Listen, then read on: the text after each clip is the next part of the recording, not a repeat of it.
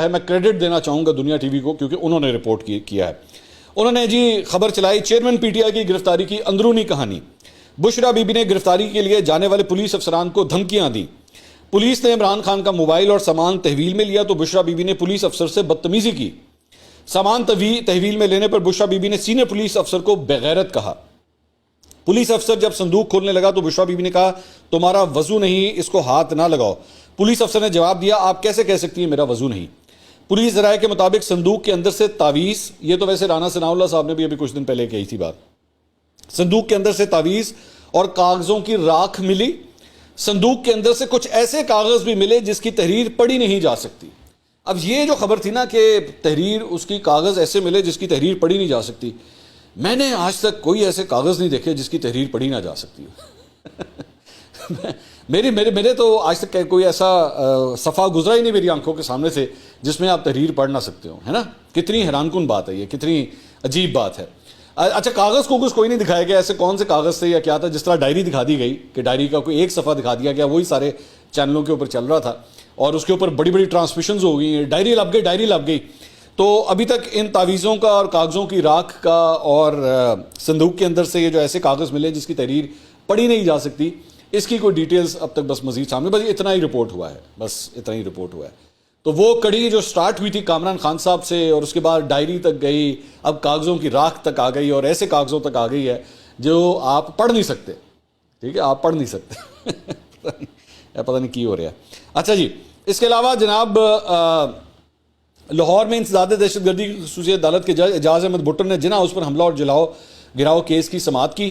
اس دوران خدیجہ شاہ, سلمی جاوید سمیت دیگر خواتین ملزمان کو جوڈیشل ریمانڈ ختم ہونے پر انسداد دہشت گردی کی عدالت میں پیش کیا گیا.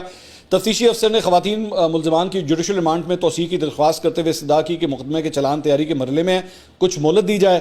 عدالت نے جوڈیشل ریمانڈ میں مزید 14 دن کی توسیع کر دی کہ خدیجہ شاہ مزید 14 دن واسطے اندر, اور ملزمان کو 26 اگست کو پیش کرنے کا حکم دیا گیا ہے. کافی دیر ہو گئی ہے اور یہ بار بار ان کے جوڈیشل ریمانڈ جو ہے نا اس میں توسیع ہوتی جا رہی ہے, جبکہ ویسے عام طور پہ کہا جاتا ہے کہ جوڈیشل جب ہو جائے نا کسی کا تو پھر جلدی ہی ضمانت بھی مل جاتی ہے, لیکن یہ ان خواتین کا جوڈیشل جو ہے آگے سے آگے بڑھتا جا رہا ہے اور یہ معاملہ جو ہے وہی 9 مئی کا معاملہ ہے.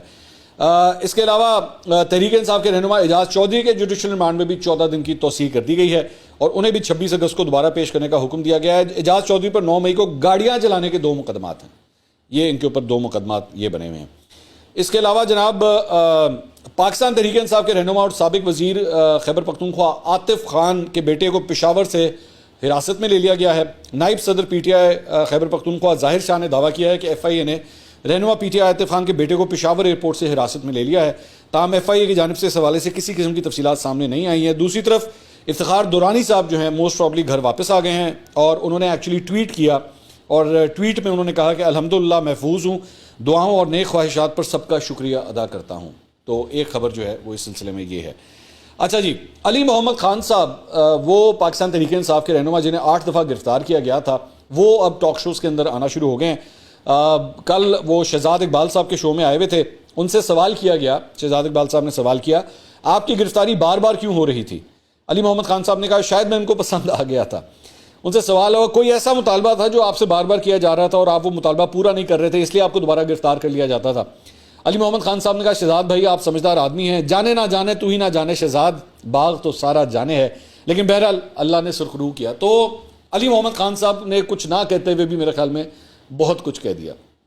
تو اب مجھے یہ نہیں پتا کہ علی محمد خان صاحب نے جو ڈیمانڈیں کی جا رہی تھی وہ مانی یا نہیں مانی. بہرحال ہیں تو وہ ابھی بھی پی ٹی آئی کے ساتھ ہی, انہوں نے کوئی پریس کانفرنس بھی نہیں کی ہے تو, لیکن اب وہ باہر آ چکے ہیں.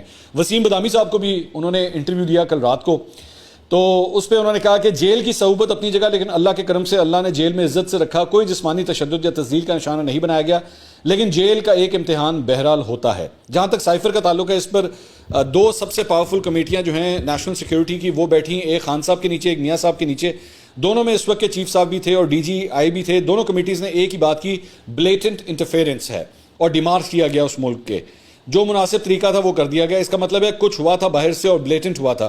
اب جہاں تک یہ تعلق ہے کہ کس کے کہنے پر کیا, میں آپ کو بتاؤں Pakistan is not a banana republic. اس کا وزیر اعظم, اس کا صدر, اس کا چیف آف آرمی اسٹاف یا اس کا چیف جسٹس کبھی بھی غیر محب وطن شخص نہیں ہو سکتا.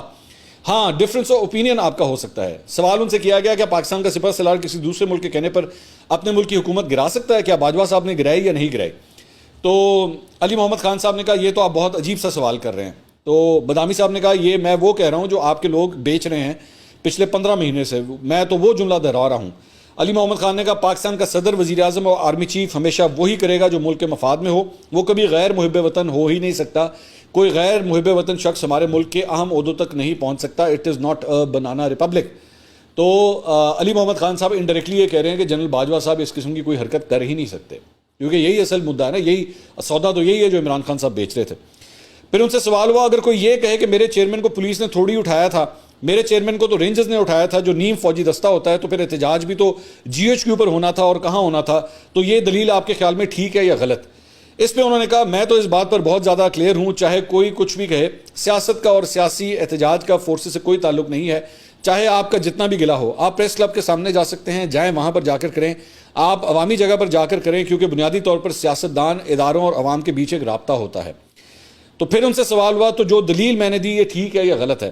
علی محمد خان نے کہا کسی بھی صورت میں ہمارے جو دفاعی ادارے ہیں اور دفاعی تنصیبات ہیں اس پر کسی سیاسی مقصد کے لیے کسی کا جانا بنتا نہیں ہے, اور نہ کبھی ماضی بعید میں ہوا, یعنی کہ ریسنٹ پاسٹ میں کبھی نہیں ہوا, اور نہ کبھی مستقبل میں ہونا چاہیے. آپ جو بات کر رہے ہیں میں سمجھ رہا ہوں, میں اس سے اتفاق نہیں کرتا. تو بیسکلی آپ یہ کہہ سکتے ہیں کہ انہوں نے انڈائریکٹلی جو ہے وہ عمران خان صاحب سے, علی محمد خان صاحب نے اختلاف کیا ہے کہ اگر فوجی تنصیبات کے سامنے احتجاج کا پروگرام بن بھی گیا تھا اور یہ کیا بھی گیا پی ٹی آئی کی طرف سے, تو یہ غلط کیا گیا. ایسا کوئی احتجاج جو ہے وہ فوجی تنصیبات کے سامنے کم از کم نہیں ہونا چاہیے. انہوں نے کہا پریس کلب کے سامنے جو ہے وہ بے شک آپ کریں. احتجاج کی جہاں تک بات ہو رہی ہے, جناب شیخ رشید صاحب نے ایک ٹویٹ کیا ہے.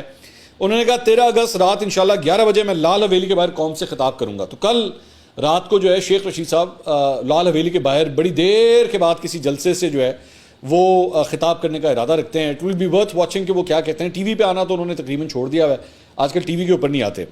انہوں نے کہا اگر ضرورت پڑی تو آج شام بھی ایک ٹویٹ جاری کروں گا, کیونکہ میرے گھر کے نزدیک اور میرے رشتہ داروں اور میرے ملازموں, اور جس طرح یہ میرے رات کو 2 ملازم اٹھا کر لے گئے ہیں, ان کو لاپتہ کر دیا ہے. یہ پاکستان کی سیاسی تاریخ کا سیاہ ترین دور ہے اور جسے انتقامی سیاست کا عروج سمجھا جائے گا, لیکن بالآخر یہ شکست کھائیں گے.